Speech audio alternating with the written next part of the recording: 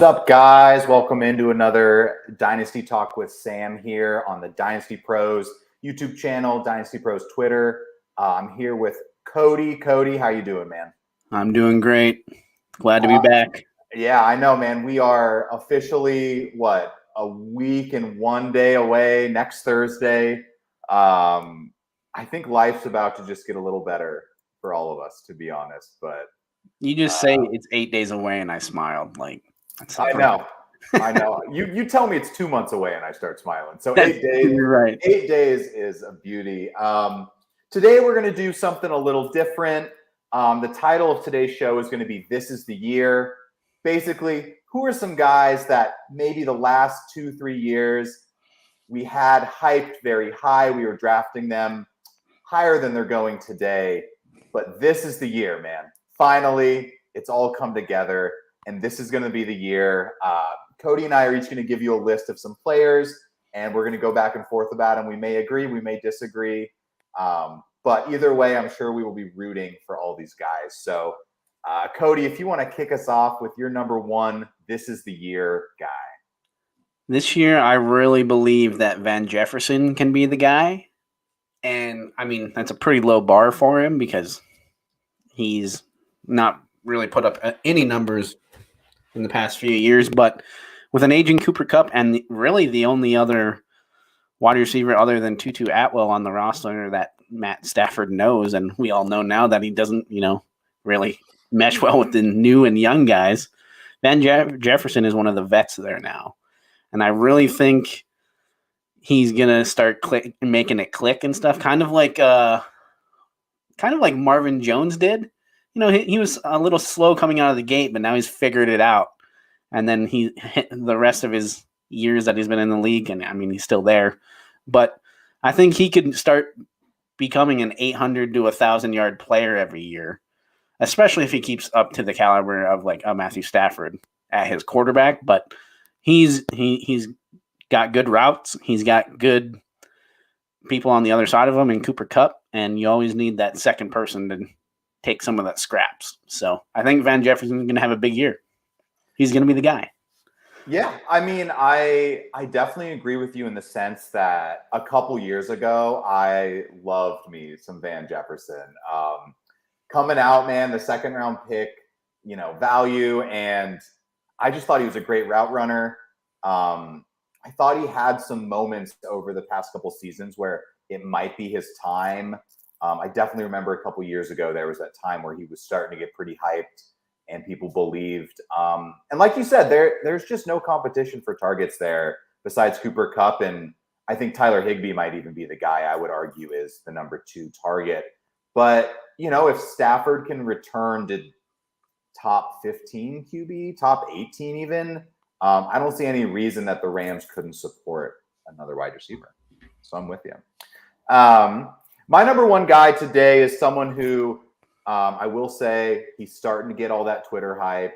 I was buying 3 months ago. I'm still buying it. And that's going to be Sky Moore. Last year, first-round dynasty pick, right, on the Chiefs. Everyone wanted to have this guy on their team. He came from a smaller conference, right, not one of the Power 5. And I think it just took him a year. I think, honestly, that he needed to learn a little bit more than some of the other guys did. And then in addition to that, being on a winning team, I don't think his hand was really forced to have to play outside of his comfort zone.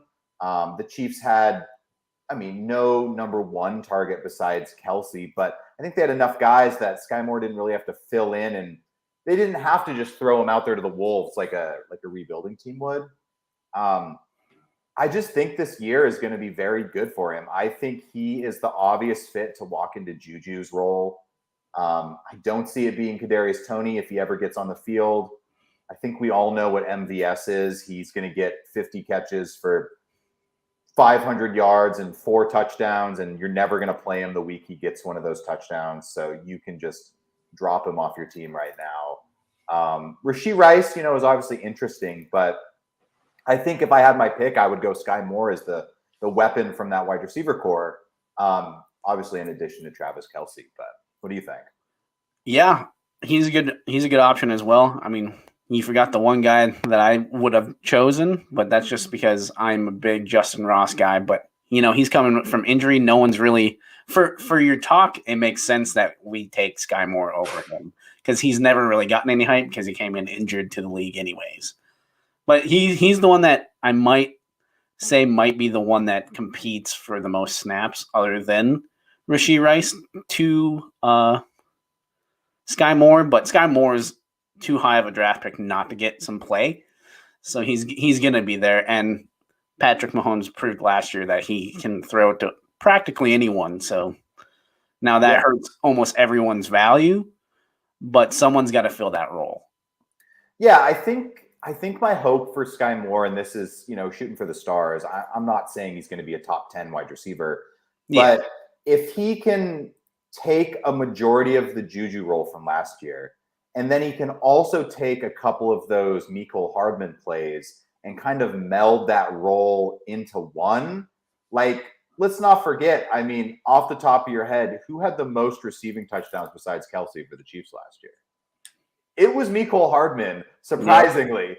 Yeah. And I mean, a lot of them were they free goal line touchdowns where they just gave him a little pop pass, of course, but that still counts in fantasy football, man. So I would love if he could get those touches, but we will see. So, Cody, who's your second guy on the list today? Second guy I have on my list is Donovan Peoples-Jones, and it's kind of the same reasons as Van Jefferson, really. He's got a guy on the other side in Amari Cooper that he's now learned from. He's finally had a stable vet wide receiver there for at least a year. I think that's going to do wonders for him. He was really hyped as a rookie. Came out, was the wide receiver 3. He might have gotten injured a little bit, but he just didn't live up to the hype. But now Amari Cooper's come in, and he's probably showed him how to be a vet.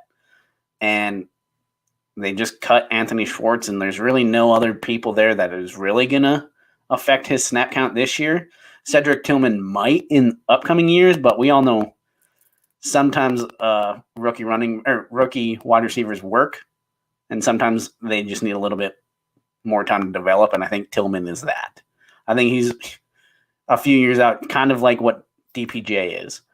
So I think Donovan Peoples-Jones is going to have a big year because I think Deshaun Watson, he might not come back to what he was when he almost won MVP, or he might have even won MVP. I can't remember. But if he's a shell of that guy, he's going to have a lot of people with a lot of good stats.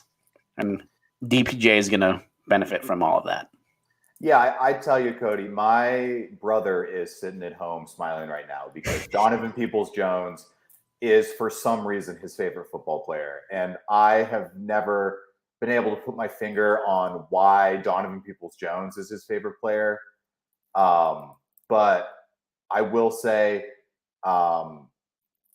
he loves him. My brother loves Donovan Peoples-Jones. We did a Dynasty startup this year. I'm trying to get him into Dynasty. He's not a big fantasy football guy, but I wanted to do a startup with him just to try to get him in it as a co-manager. And round 10 came around, and he's like, dude, we got to get Donovan Peoples-Jones on the team. And I was like, okay, dude, we can get Donovan Peoples-Jones. But I agree with what you said, man. I mean, at the price he's going at, I think he's worth the shot. I mean, I like Tillman as a prospect, but I use the word prospect. That's the key. And I mean, look, last year the Browns took David Bell, and that dude didn't even see the field. So, and I loved me some David Bell.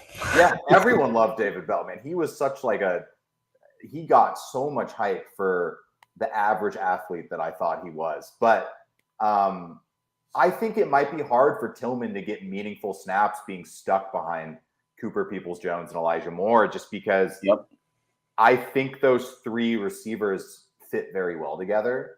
I think they do 3 distinct things, which could be very good for Peoples-Jones to be what would your projection be? Like, what would your hope be? Wide receiver 30? Wide receiver 30? Yeah. If he's going in like rounds 12 through 15 in some drafts, so it's like, if he's wide receiver 30, yeah, I'm very excited about that because that's a flex play every week. Yeah. I mean, exactly. To your point, if he's wide receiver 30, 35, he's going as wide receiver, I don't even know, 60, 60. Like, it can't be high. And he's definitely a flex guy, I think, because I do think he's going to have some down weeks for sure. Yeah.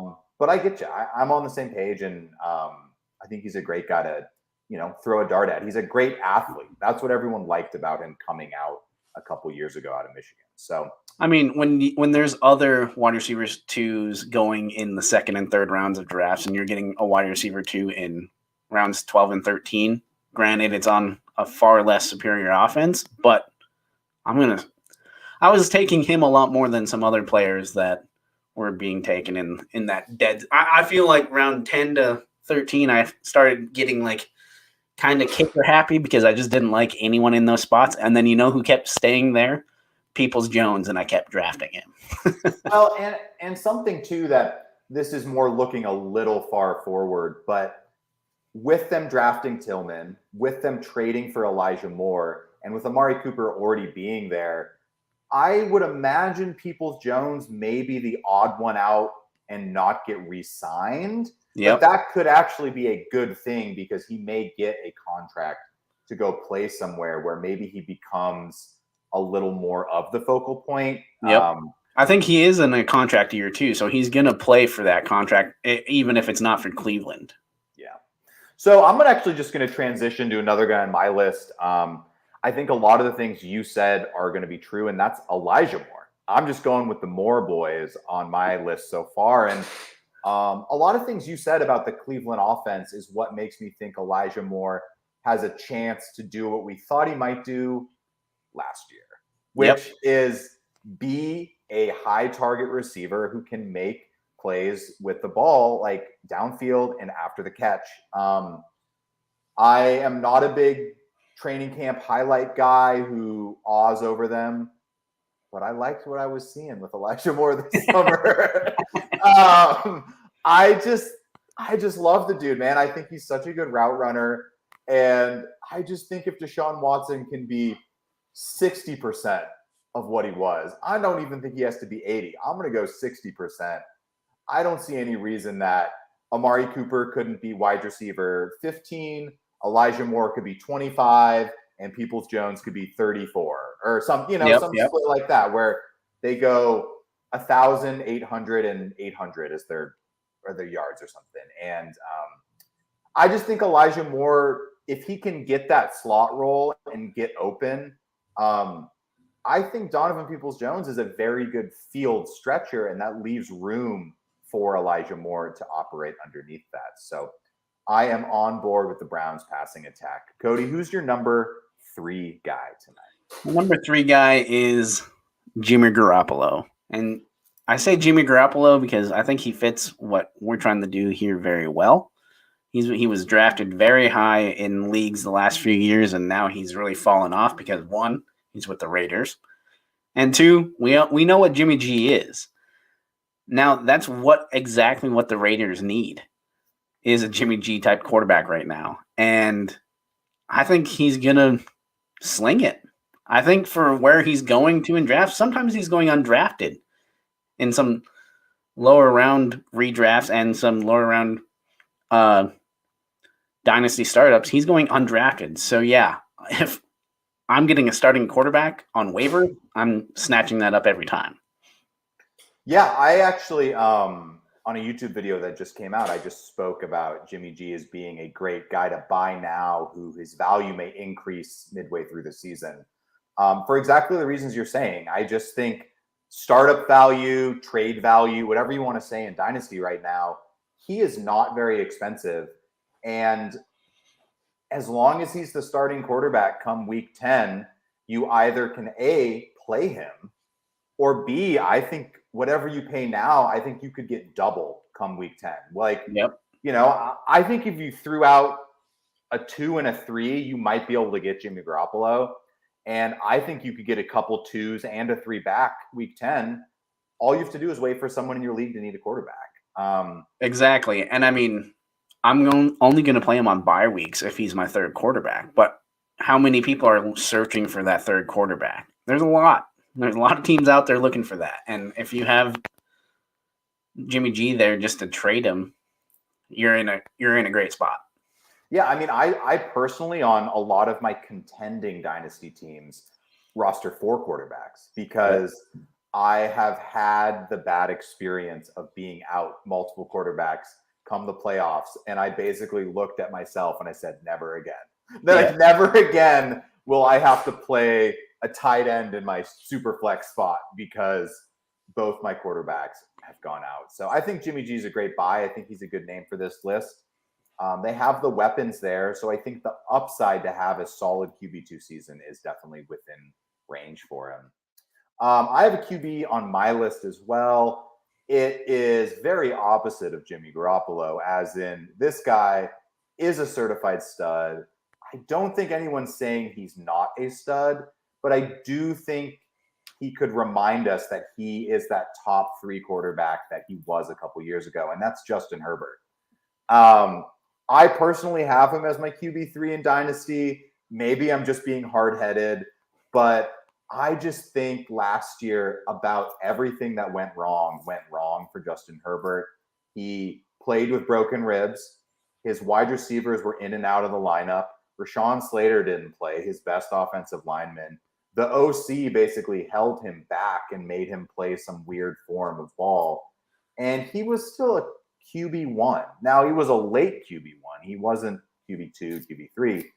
But I just think the addition of Kellen Moore, I think Quentin Johnson, I think the receivers being healthy, I think the offensive line being healthy, and I think that division is going to have some high-scoring games that could lead to a very, very high statistical season for Justin Herbert. And I think people are just going to remember as soon as we see him play without struggling through broken ribs, they're going to be like, that's right, this dude is really freaking good. Like, this dude is so good. And I think we just kind of forgot last year because he was playing a bit hobbled. Yeah, they forget how athletic Herbert is, right? I mean, he can run if he needs to. And he couldn't last year because of those ribs. Like, he was very stand in the pocket kind of guy, but he rarely rolled out. And when he did, you could visibly see that he wasn't all right. So, yeah, I think for where you're getting him at in drafts and just anywhere right now, even if you're trying to trade for him, get him while it's hot, because I'm fully on board. I am a Justin Herbert fan.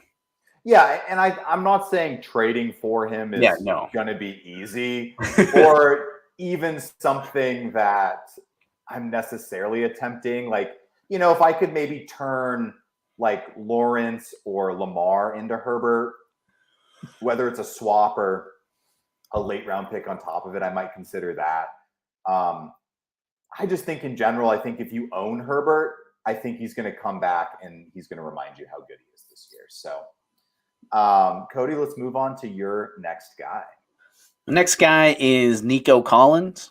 Now, Houston wide receivers, they've gotten a lot younger, except for, the ageless wonder Bobby Trees or Robert Woods. But Nico Collins is the wide receiver 1 there this year.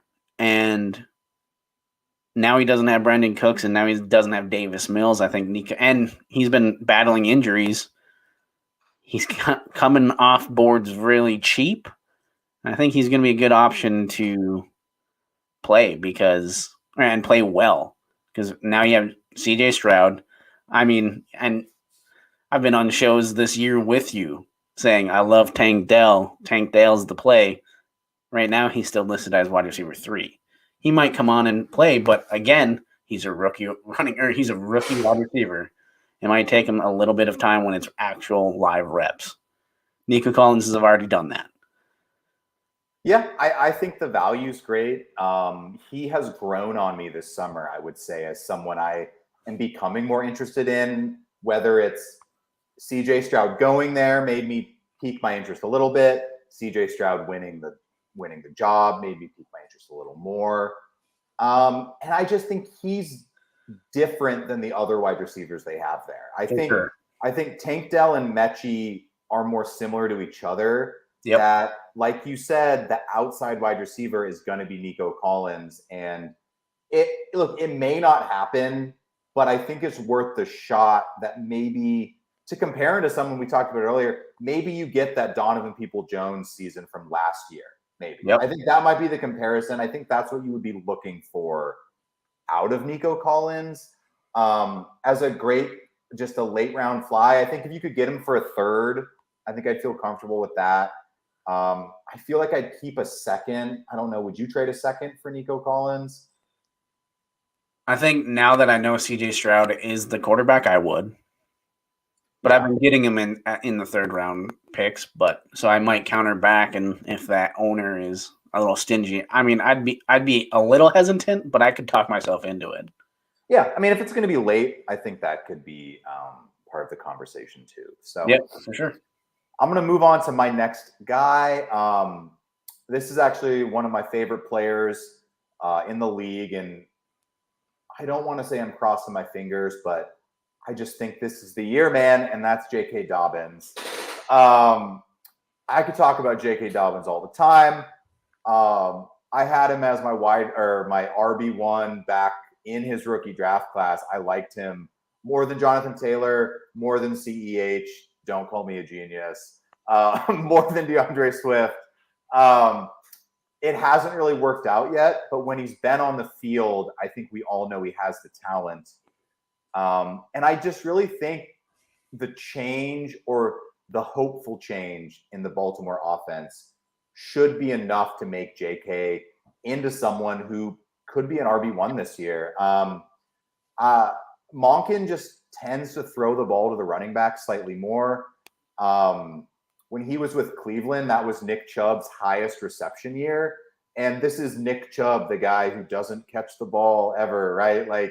So, I mean, if he can make Nick Chubb get a couple more catches, I think Dobbins can definitely do it. It just wasn't being asked of him.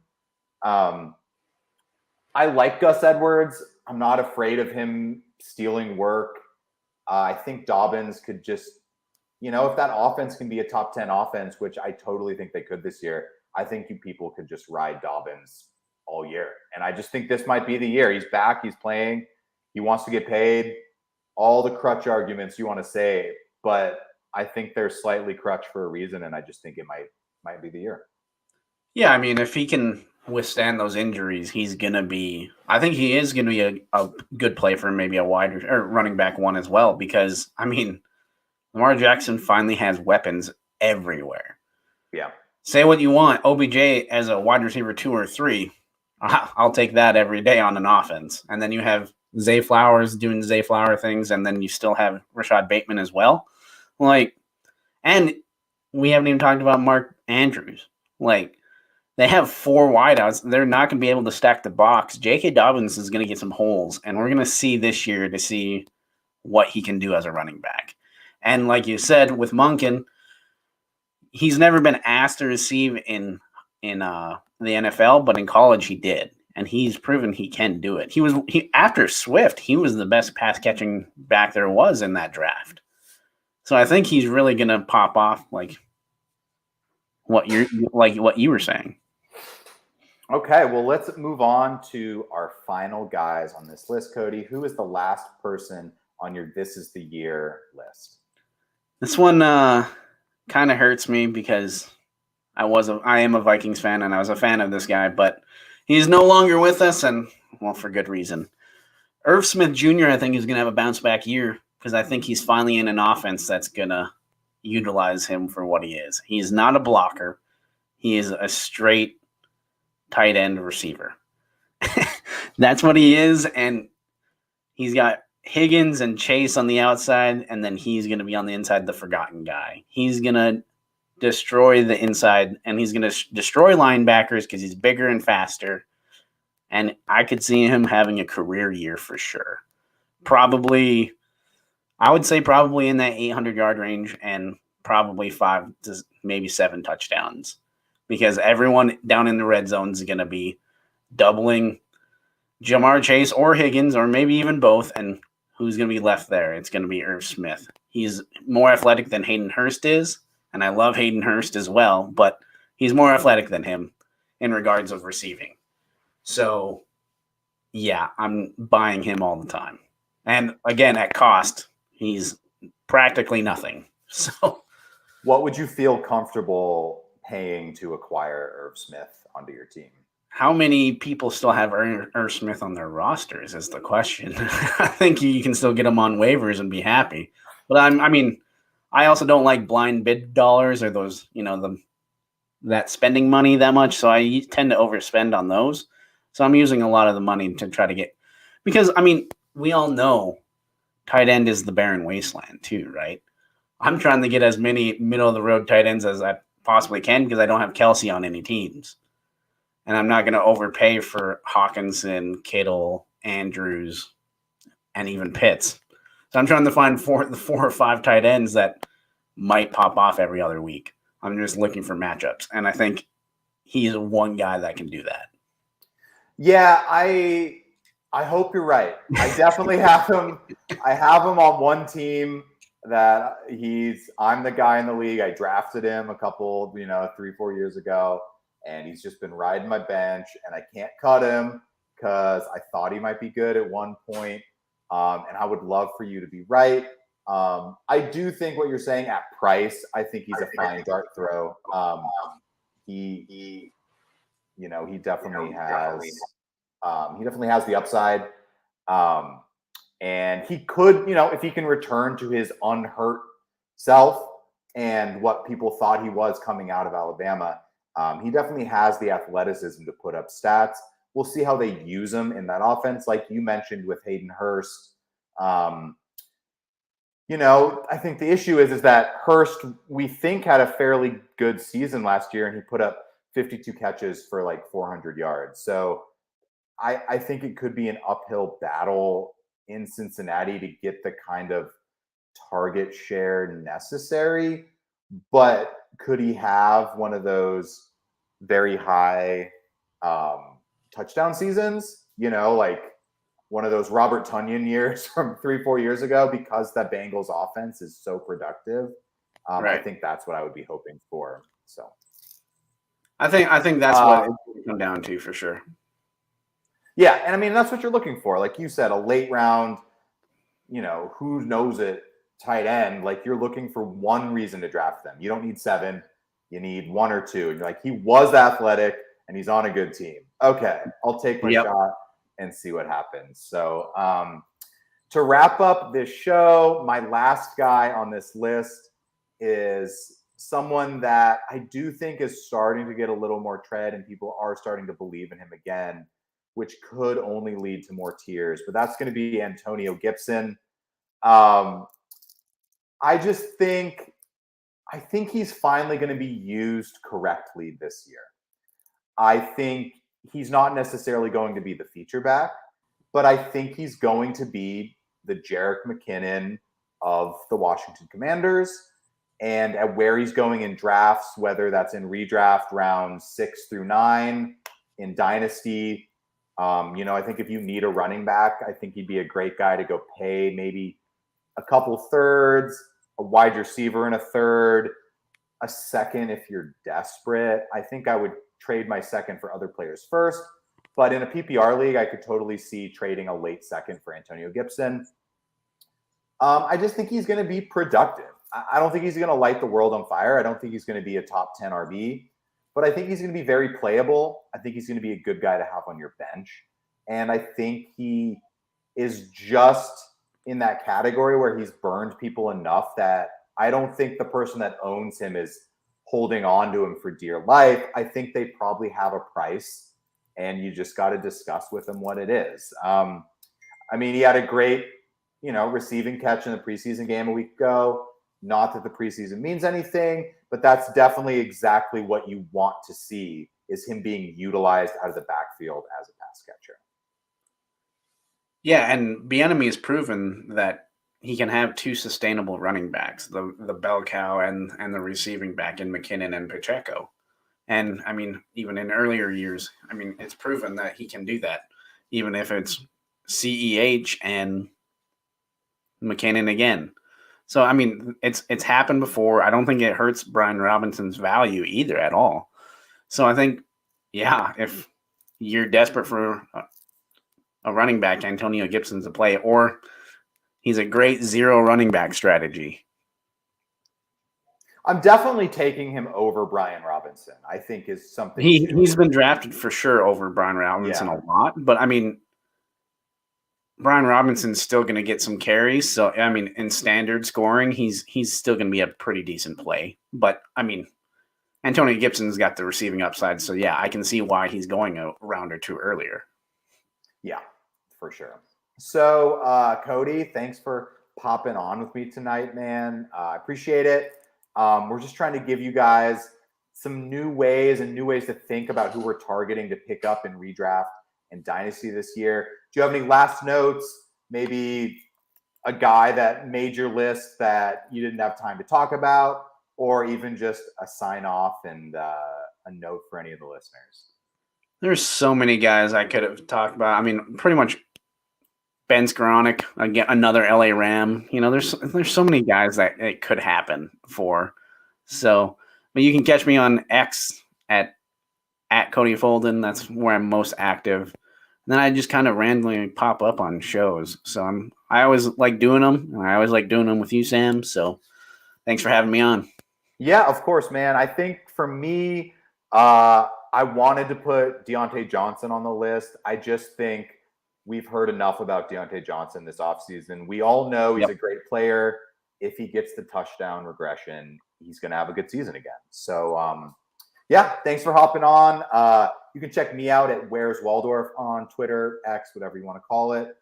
Definitely check out all the other Dynasty Pros shows. Go to our YouTube channel, follow the Twitter, follow all of us on Twitter. It's a great time, and we are here to help you win your league this year. So definitely hit us up. Thanks for tuning in, guys.